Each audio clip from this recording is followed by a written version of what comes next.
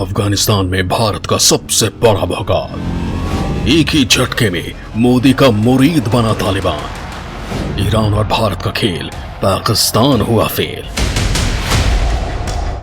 दोस्तों, कहावत कई बार सुनी होगी, तू डाल डाल मैं पात पात।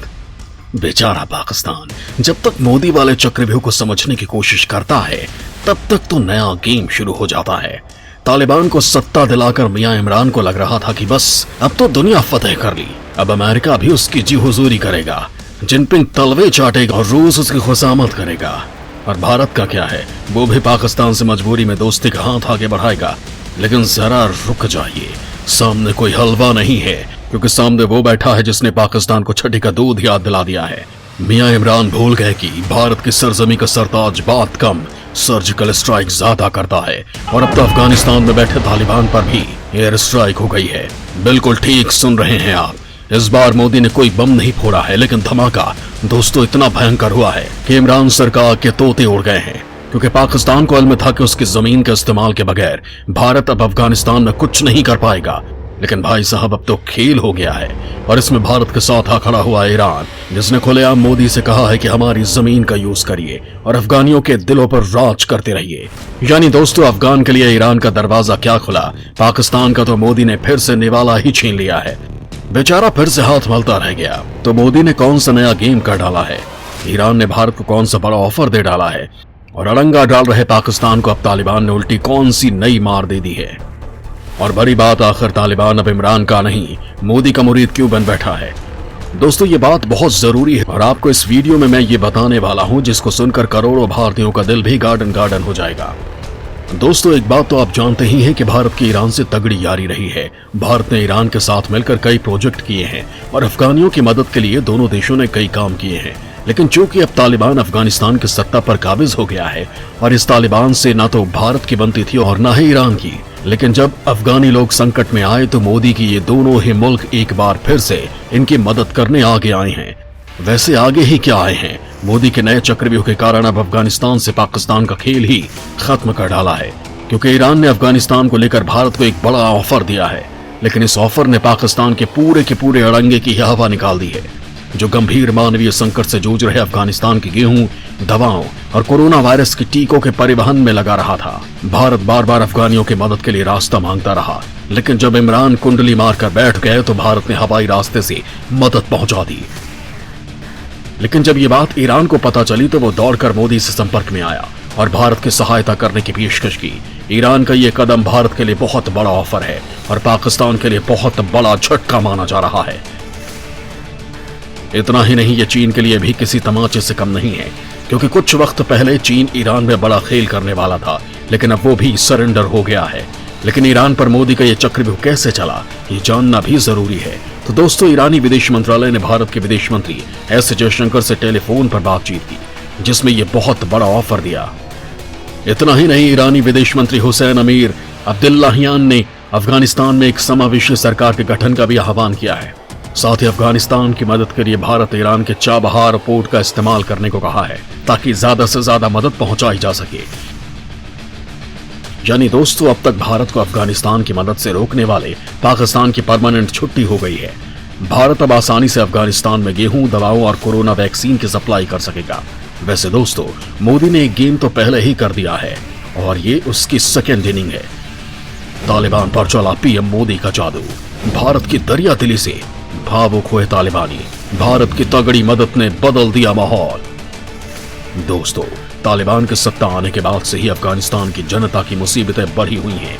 वो फिलहाल पैसे को मोहताज है, इकोनॉमी गर्त में जा चुकी है, कोरोना महामारी और दूसरी बीमारियों का इलाज मुश्किल हो गया है।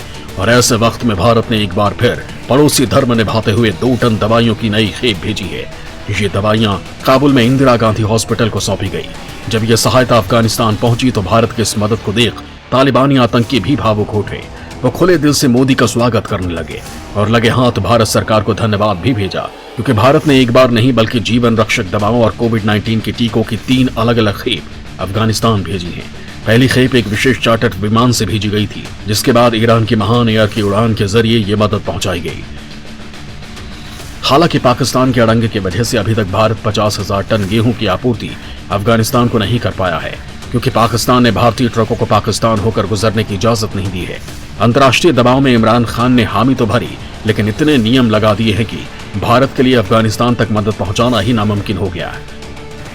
तालिबान का मददगार बनने का ढोंग करने वाला पाकिस्तान का मकसद सिर्फ एक था, और वो ये कि भारत को अफगानिस्तान से कैसे भी करके दूर रखा जाए। लेकिन ईरान ने पाकिस्तान के हर किए धरे पर पानी फेर दिया। वहीं दूसरी ओर भारत की विदेशी रणनीति ने तगड़े झंडे गाड़ दिए हैं, क्योंकि मानवीय आधार पर की गई मदद और सहयोग के लिए तालिबान अब पानी पानी हो गया है, क्योंकि उसने भारत को नुकसान पहुंचाया, लेकिन बदले में भारत उसके लोगों की मदद कर रहा है। दूसरी ओर मदद में अड़ंगा डाल रहे पाकिस्तान से भी तालिबान बेहद खफा हो गया है। यानी मोदी ने एक ही तीर से दो निशाने साध लिए।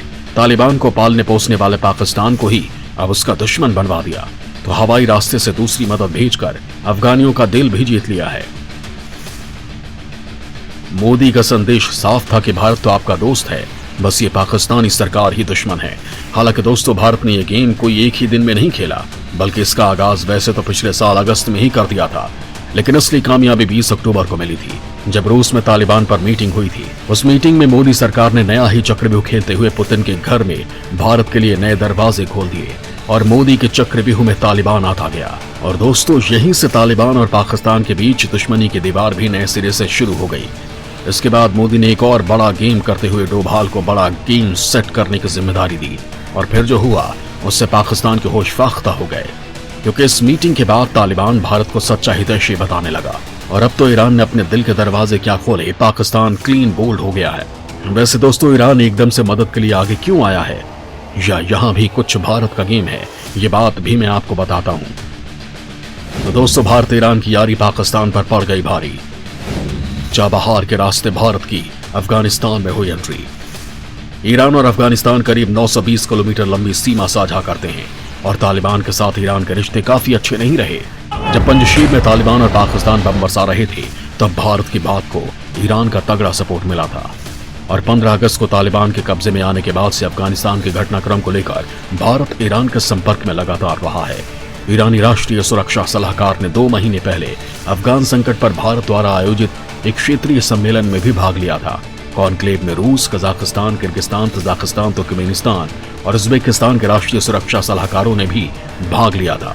दोस्तों, ईरान के मामले में भारत हमेशा से ही ईरानियों के साथ खड़ा रहा है, और ये दोस्ती मोदी के दौर में बढ़ी ही है, वो भी तब जबकि ईरान का सबसे बड़ा दुश्मन इजराइल है और वो भारत का जिगरी दोस्त है। लेकिन दोस्तों, इसके बावजूद भारत ने ईरान के सबसे महत्वपूर्ण पोर्ट यानी चाबहार पोर्ट को बनाने में बड़ी मदद की है, और ये रणनीतिक तौर पर भारत के लिए बेहद अहम है, क्योंकि इसके जरिए भारत को ईरान, अफगानिस्तान सहित पूरे मध्य एशिया, रूस और यूरोप से भी व्यापार करने के लिए रास्ता मिल जाता है।